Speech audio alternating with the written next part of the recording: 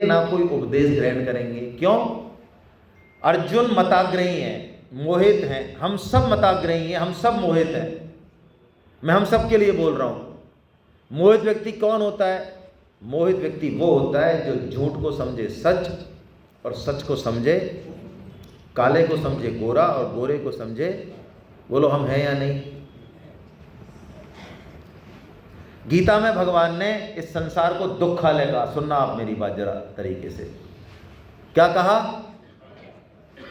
अब अपने ऊपर घटाना भाई।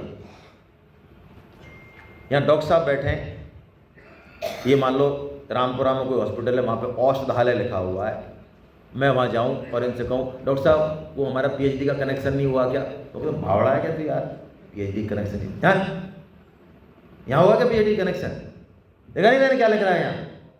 औषधालय। यहाँ क्या मिलेगी? औषधि। अब कहीं लिख रहा हो वस्त्रालय और मैं वहां जाके कहूँ भाई साहब पैरासीटामोल है क्या? कहाँ से आया तू यार? कोटा से तो नहीं आया?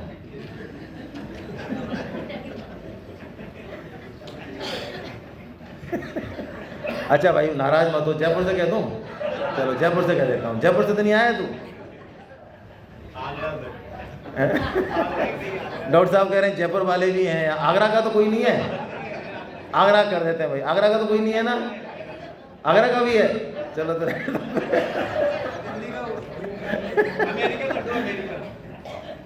अब बताओ वस्त्रालय में क्या मांग रहा है वो? पैरासीटामोल मांग रहा है भाई मेरा। अब भगवान ने यहां बोर्ड लगा दिया संसार में किसका? और हमें देखो आप, हम सब किसकी खोज कर रहे हैं संसार में? भाई साहब पहले वाले मूर्ख थे जिनको शादी करने के बाद सुख नहीं मिला।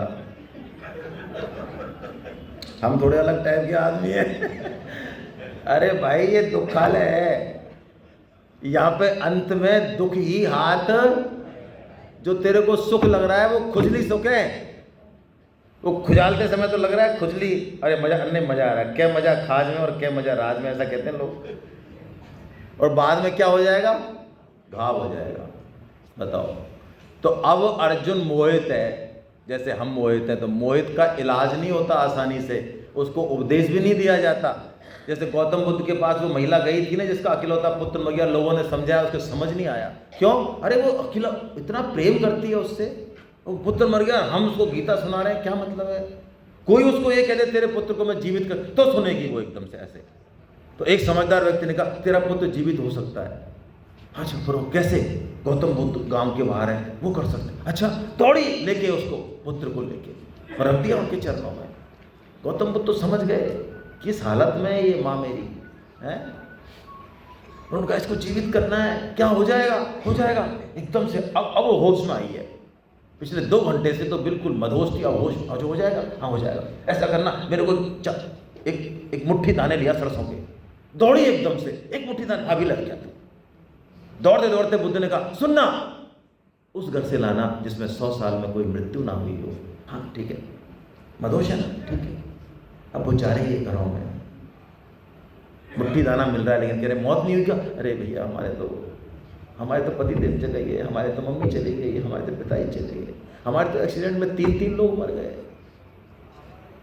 जब उसने देखा कि दुनिया में इतना दुख है, दुख है, दुख है, आई चरणों में गिर पड़ी। बुद्ध ने एक शब्द नहीं बोला और उपदेश। यही कृष्ण करने वाले हैं, अभी उपदेश नहीं देंगे।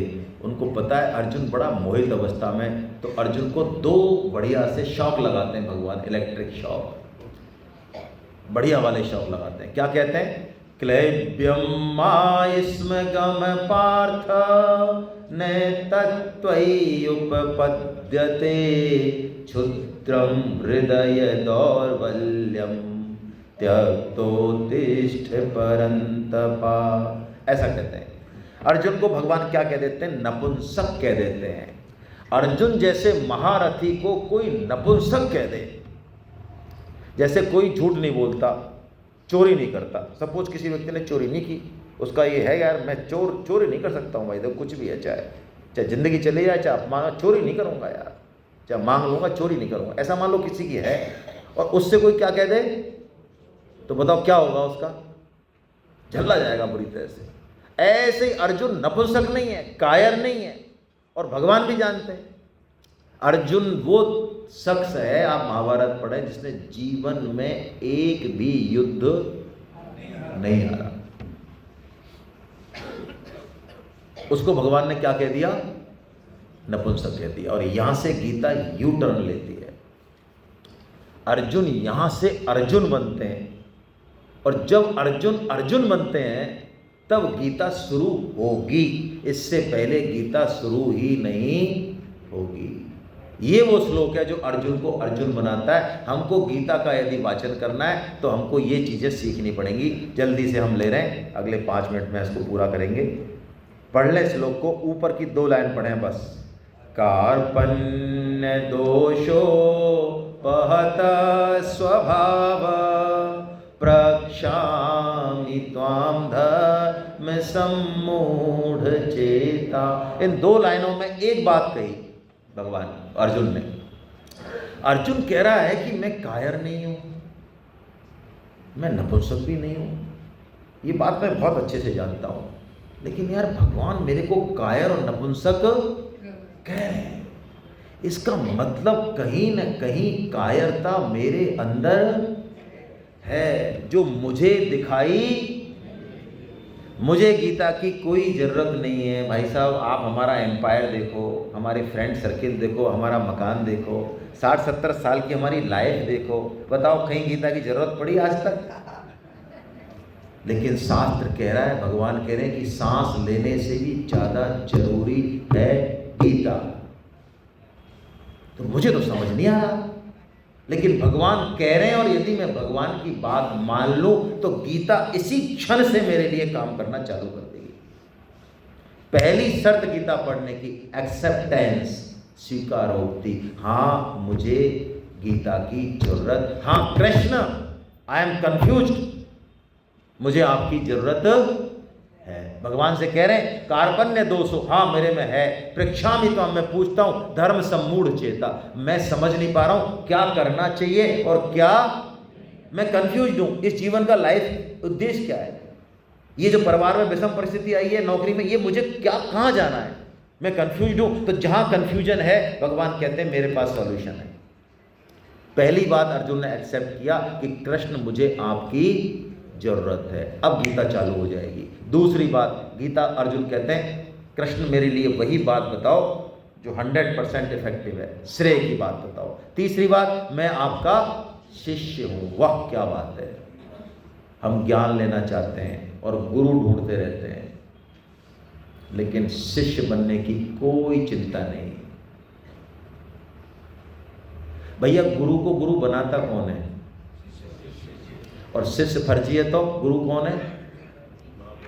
हाँ फर्जी हुआ। अच्छा बाप को बाप बनाता कौन है? कोई बेटा बेटी के बिना बाप बनाए क्या आज तक? जैसे मान लो बेटा हो गया हमारे, या बेटी हो गई, उस दिन से हमारी पदवी क्या हो गई? पिता हो गई, बाप हो गई। अच्छा उससे पहले हो सकती है क्या? तो गुरु का मतलब समझते हैं गीता के अनुसार?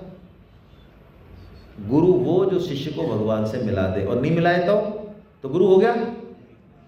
हम माला पहनाया हो, नारियल चढ़ाया हो, कलामंडी खाया हो, और जितने भी फर्जीवाड़े करने वो सब कर लो। हाँ बिल्कुल, आपको बुरा लग रहा होगा, लेकिन मैं इसलिए कह रहा हूँ ये कठोर भाषा कि ये जो भगवान कृष्ण बैठे हैं, ये चैत्य गुरु जो बैठे हैं, जो विवेक है इसका अनादर करके जो जा रहा है वो महान पतन का कारण है। पहले हमारे अंदर शिष्यता पैदा करें।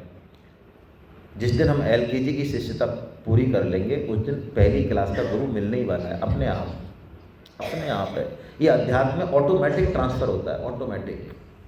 हम 5वीं क्लास की शिष्यता करेंगे, 6वीं क्लास का गुरु भेज रहे हैं भगवान, अपने आप भेजेंगे, कोई कॉल करने की जरूरत नहीं है। और वो गुरु किस रूप में होगा ये आग्रह नहीं रखें बस। वो गुरु शास्त्र के रूप में आ जाएगा, वो गुरु किसी व्यक्ति के रूप में आ जाएगा, वो गुरु किसी परिस्थिति के रूप में, वो प्रकृति किसी घटना से आ जाएगी वो चीज़, क्योंकि वो गुरु तत्व ही है चारों तरफ। ये तीसरी बहुत इंपॉर्टेंट चीज़ है, हम में शिष्यपना नहीं है। आज बहुत बड़ी ज़रूरत है, शिष्यत्व आना चाहिए। गुरुत्व छोड़ दो, बिल्कुल छोड़ दे गुरुत्वपना, गुरु की खोज। शिष्य आ गया, अपने आप गुरु आ जाएगा। और प्राय एक बात और, मैं 10 उदाहरण दे सकता हूं। शिष्यों ने गुरुओं की खोज प्राय नहीं की, सफल नहीं हो पाते हैं। सदगुरुओं ने सदशिष्यों की खोज की है, अधिकांशतः। हम में सदशिष्यता आ गई तो गुरु हिमालय से चल के भी आ जाएगा, ठोक के आएगा। रात को 12 बजे भी दरवाजा ठोकेगा, खोल खोल। चौथी बात, शरण हो जाए भगवान के। लास्ट में अर्जुन कह रहे हैं, अब मैंने अपनी बुद्धि से जो सोचना था, समझना था, वो सब कर लिया। मुझे नहीं पता इससे भी ऊपर कोई चीज हो सकती है। बुद्धि से तो सोच रहे हैं, तो क्या करें? बुद्धि से भी पार कोई चीज हो तो भगवान के शरण हो जाए। क्यों? शरणागत की सारी जिम्मेदारी किसकी हो जाती है? अब भगवान अपने आप वो करेंगे हमारे लिए जो हमारे लिए अच्छा हो। मेरे को बुखार हो रहा है और मैं चाहता हूं रोटी, लेकिन सदगुरु क्या करेगा? सदवैद्य क्या करेगा? वो वैद्य जी को पता है यार ये मेरे अलावा दवाई किसी से लेगा नहीं पट्टा, तो वैद्य मेरे को कुपथ्य नहीं करने देगा, वही देगा जिससे मेरा। तो शरणागत का कल्याण करने की जिम्मेदारी किसकी आ जाती है? भगवान की। तो हम क्या करें? भगवान के शरणागत हो जाएं, मन से हो जाएं, बिल्कुल हृदय से हो जाएं, और भगवान को कह दें। अच्छा लगता है भगवान को कहना, है ना? माँ तो माँ है ही, कोई आज से है क्या? माँ तो है ही। बेटा पैदा होते ही तो माँ हो ही गई, लेकिन बेटा फिर भी माँ माँ कहता है तो अच्छा लगता है माँ को। अच्छा वो नहीं कहे तो माँ थोड़ी रहेगी? अच्छा बेटे के हाथ में वो रिश्ते को खत्म कर दे माँ बने को, हाँ वो खत्म हो जाए, माँ खत्म हो जाए, रिश्ता खत्म कैसे होगा भाई? माँ तो है, उसका अस्तित्व ही माँ पे डिपेंड करता है। तो हमारा अस्तित्व ही भगवान पे है, उसके बिना हमारी कल्पना ही नहीं है। तो जरा उसको थोड़ा सा कह दें, मेरे पीछे पीछे कह दें, हे नाथ, हे मेरे नाथ, मैं केवल आपका हूँ, आप कृपा करें, मैं आपके शरणागत हूँ। नारायण नारायण नारायण। बस अब भगवान उपदेश देंगे। ये भगवान का उपदेश सांख्य योग का उपदेश है। सांख्य का मतलब है जिसमें विवेक की उपयोगिता हो, विवेक, त्याग और वैराग्य की जरूरत है इस सांख्य योग में। इसको ज्ञान योग भी कहते हैं। ज्ञान योग को भगवान ने सबसे पहले कहा, इसको जानना जरूरी है, लेकिन इसकी भगवान ने रिकमेंडेशन नहीं करी गीता में, क्योंकि ज्ञान योग के लिए पात्रता चाहिए। हाँ वो पात्रता यदि किसी में है तो वो ज्ञान योग से जाए, क्योंकि ज्ञान योग लिफ्ट का रास्ता है। वैसे तो लिफ्ट है, लिफ्ट, बटन दबाए और काम होगा तुरंत। हाँ लेकिन ज्ञान योग की पात्रता बहुत खतरनाक है, वो प्राय हम लोगों में। लेकिन ज्ञान योग का उपयोग क्या है? ज्ञान योग का उपयोग जरूर है कि पहले हम अपने को जाने, हम हैं कौन। यदि हमने अपने को नहीं जाना तो कोई सा भी योग नहीं कर पाएंगे। फिर हम अकाउंट ही नहीं खुला अभी और पैसे जमा कराए जा रहे हैं, क्या मतलब है? तो ज्ञान योग का मतलब है भगवान यहाँ हमारा परिचय करा रहे हैं। किससे? हमसे। हमारा आईडी कार्ड बना के दिखा रहे हैं भगवान के, ये देख तेरा आईडी कार्ड, पढ़े इसको। इस श्लोक में भगवान ने यही काम किया है। क्यों? ये बहुत जरूरी है, खुद से परिचय। यदि खुद की स्थिति और परिचय नहीं है तो फिर आगे का काम नहीं होगा। जैसे कल हम आ रहे थे कार से, अब कोटा में तो भाई इतना डेवलपमेंट हो गया, क्या करें। हालांकि कहना तो नहीं चाहिए, आप जो है यूँ सोचोगे ऐसे कह रहे हैं जयपुर से ज़्यादा डेवलपमेंट हो गया आप कोटा में, हमने कल देखा। अरे ईर्ष्या से नहीं कह रहा हूँ, और कह रहा हूँ तो कोई बात नहीं, झेल लो। तो पता ही नहीं चला, कोटा में खूब रहे हैं लेकिन पता ही नहीं चला, वो मुड़ गया, गाड़ी इधर से मुड़ गई, वो ले आया मैं कि पता नहीं कहाँ से ले जा रहा है। तो हमने फ़ोन किया विनोद जी को, तो विनोद जी का कहाँ हो आप? मैं यार यही नहीं पता हम कहाँ हैं। अब विनोद जी क्या बताएं, बताओ हमारे लिए। मान लो हमको किसी का घर नहीं मिल रहा है और वो हमसे फ़ोन करे, भाई साहब आप कहाँ हो? भाई साहब यही पता नहीं हम कहाँ हैं। अब वो क्या करे, माथा फोड़े अपना, क्या करे। वो पूछ रहा है आप ब्रिज के पास हो, फ्लाईओवर के पास हो, कौन सी कॉलोनी, भाई साहब ये पता नहीं चल रहा है कहाँ है। अब क्या करे वो आदमी, कैसे हेल्प करे? बस तो यही काम कर रहे हैं भगवान। सबसे पहले हमको हमसे हमारा परिचय करा रहे हैं। ऐसो जानन विसोचस्त्वं प्रज्ञावादांश्च भाससे गतासून गतासूंश्च नानुशोचन्ति पंडिता। भगवान पंडित की परिभाषा दे रहे हैं, क्योंकि अर्जुन ने पहले अध्याय में पंडितपना दिखाया, भगवान को कि आप युद्ध करा रहे हो, आपको कुछ भी अकल ही नहीं है, बताओ, आपको पता ही नहीं है युद्ध में क्या होता है। युद्ध में हिंसा होती है, युद्ध में मर्डर होते हैं, समाज का नाश हो जाता है, स्त्रियां विधवा हो जाती हैं, वर्ण संकरता आ जाती है, सब कबाड़ा हो जाता है। आपको तो कुछ पता है नहीं, हमको युद्ध में लाके खड़ा कर दिया आपने, ऐसा कह रहा है अर्जुन। जबकि वास्तव में कृष्ण नहीं चाहते थे कि युद्ध हो, चाहते थे, और अभी भी युद्ध में कौन बुला के लाया कृष्ण को, लेकिन ऐसे कह रहा है, पंडितों की सी बातें कर रहा है। तो भगवान उसको सबसे पहले पंडित की परिभाषा बता रहे हैं कि तू पहले खुद के बारे में जान और ये समझ कि पंडित होता कौन है, पंडित कहते किसे हैं। जिसमें पंडा है, जिसमें विवेक है, वो पंडित है। तो क्या बोला भगवान ने, ऐसोचानन विशोचस्तुम प्रज्ञावाद। प्रज्ञा यानी तू बातें कर रहा है बुद्धिमानों की सी, विद्वत्ता की बातें कर रहा है, लेकिन तू मूर्ख है। क्यों कि तू जो नष्ट होने वाली चीज है उसके लिए तो तू शोक कर रहा है। बताओ, कोई चीज, मान लो ये बुलबुला है, मैंने फुला लिया साबुन का घोल बना के, अब वो बुलबुला बताओ कितने साल जिएगा, 150 साल तो जी लेगा। अच्छा, वो 2-4 सेकंड का है, 5 सेकंड का है, 10, अच्छा उसके बाद वो नष्ट हो जाए। अब मैं रोने लगूंगा, बताओ मेरा बुलबुला नष्ट हो गया, तो लोग कहेंगे अरे बावड़ा है, तो बालक है, बाला है, बाला, बाला मतलब बालक है, बावड़ा है, बावड़ा। तो भगवान यही कह रहे हैं कि भाई शरीर जन्मा है तो ये नष्ट होगा कि नहीं होगा। तो बुद्धिमान आदमी इसके नष्ट होने पर रोएगा क्यों, हाँ इसका सदुपयोग कैसे हो उस पर जरूर वो चर्चा करेगा।